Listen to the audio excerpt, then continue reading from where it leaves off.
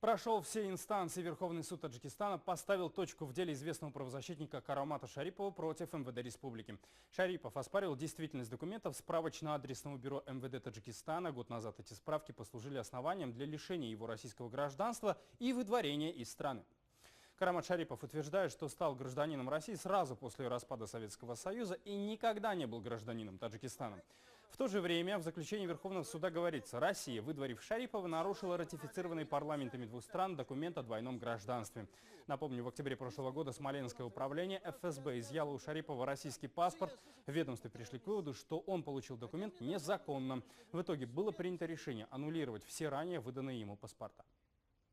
Правозащитник не намерен на этом останавливаться. Он планирует оспорить решение российской Фемиды в Европейском суде, а также обещает направить обращение в Комитет ООН по правам человека.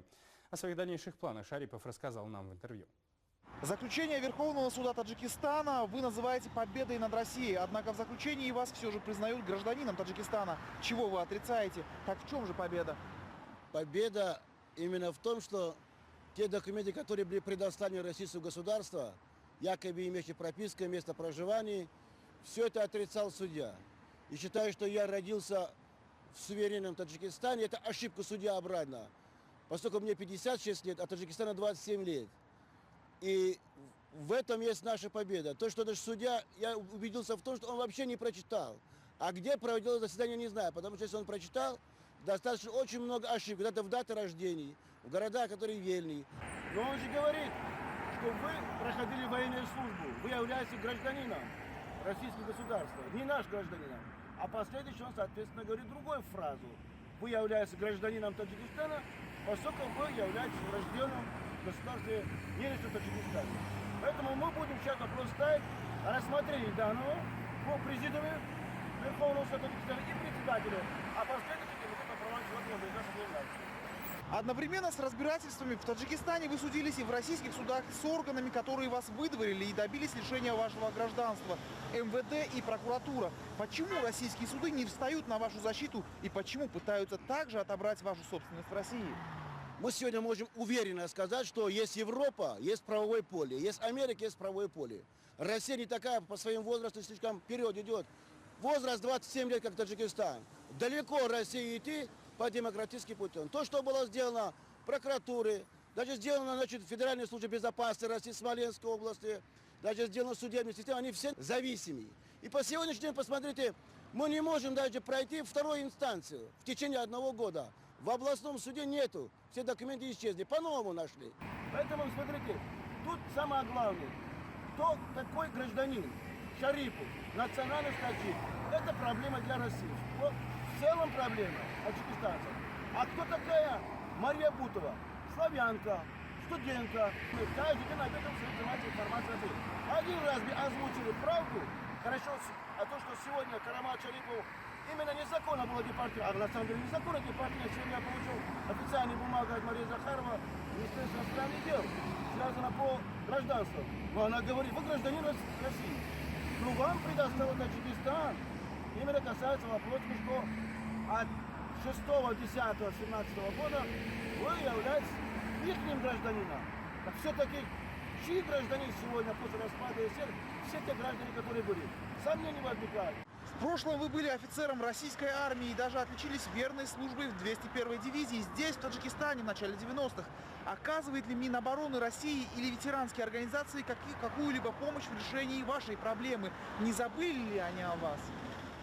Обратились ко мне интернационалисты Афганистана, Таджикистана, хотели отправить официальное письмо на имя господина Рахмонова. Я отказался. Я говорю, в этом нет. Я вижу, что правовое поле сегодня гласно в Таджикистане, особенно в последнее время, только говорят о тех деятельностях, которые я провел в своей жизни. Те судебные СМИ говорят, абсолютно СМИ в Таджикистане отсутствовали неоднократно, говорят, их нету. Другая страна, стран СНГ, всегда я повторяю, независимые государства, что, на кого они хотят равняться? Давайте создадим правовое государство. Я поэтому готовлю завтра передать господину Рахмонову именно анализ, который проведен мною по всем районам, городским и судам Верховного. Откуда их мы нашли? Почему сегодня судья не может просто говорить языком, который есть в предыдущем году. Ранее вы писали обращение в МИД России и накануне получили оттуда ответ, что они вам написали. Есть ли надежда на то, что вам все-таки вернут российский паспорт? Российский паспорт, гражданство они вернут, с позором вернут. Это будет позор в истории российского нашего государства. Это слова международных правозащитников, в том числе Светлана Ганушкина. Это впервые в истории России.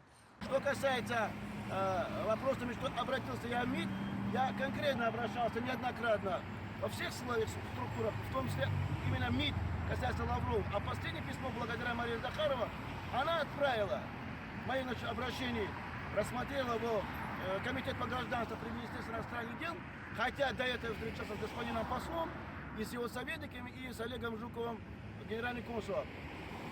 Люди хотят сказать правду, они боятся.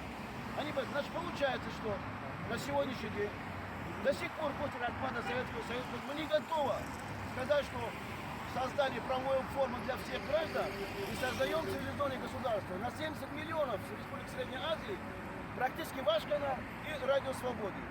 Как можно руководить государством без свободы СМИ? Вот это и есть наша беда. Еще немного про письмо Марии Захаровой. Мария Захарова, она написала мне письмо месяц назад.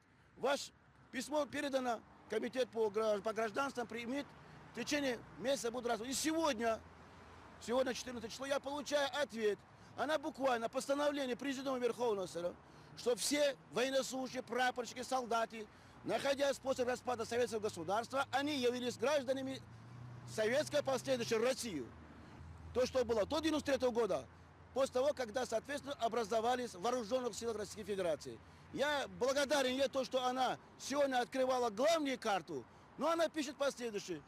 В ближайшее время обращайтесь в посольство России в Таджикистане и обсуждайте данную тему. Если вам все-таки восстановят российское гражданство, будете ли вы получать таджикский паспорт и вообще как вам здесь относятся таджикистанские власти? Таджик. Паспорт не определяет человека, кто и откуда он. Это личность. А гражданство, поймите, давайте дадим возможность, чтобы не только Карамат Шарипу, что миллионы других граждан мира проявили желание приехать в Таджикистан, получить гражданство. Поэтому то, что возвращение Карамата Шарипова, я еще раз повторяю и буду говорить. А с тех, которые ко мне пишут сегодня мои соотечественники, кто же со мной разговаривали в контакте, им стало очень трудно. Практически их отправили на растерзание. Они нуждаются в сильной общероссийской общественной жизни, которая была. Они нуждаются в поддержке таджикских правозащитников, но хотелось, чтобы и совесть появилась у их представителей, в частности, корпуса, начали работать с собственными гражданами. Поэтому кто собирается со мной работать в будущем и не собирается на их совести, но я буду выполнять свой долг как человек, как гражданин. Соответственно, нельзя забывать самое главное, чтобы мы люди верующие в исламе, благодаря пророку Мухаммаду саллаллаху, я еще раз говорю, что победа моя, это есть победа всего таджикского народа. Большое спасибо.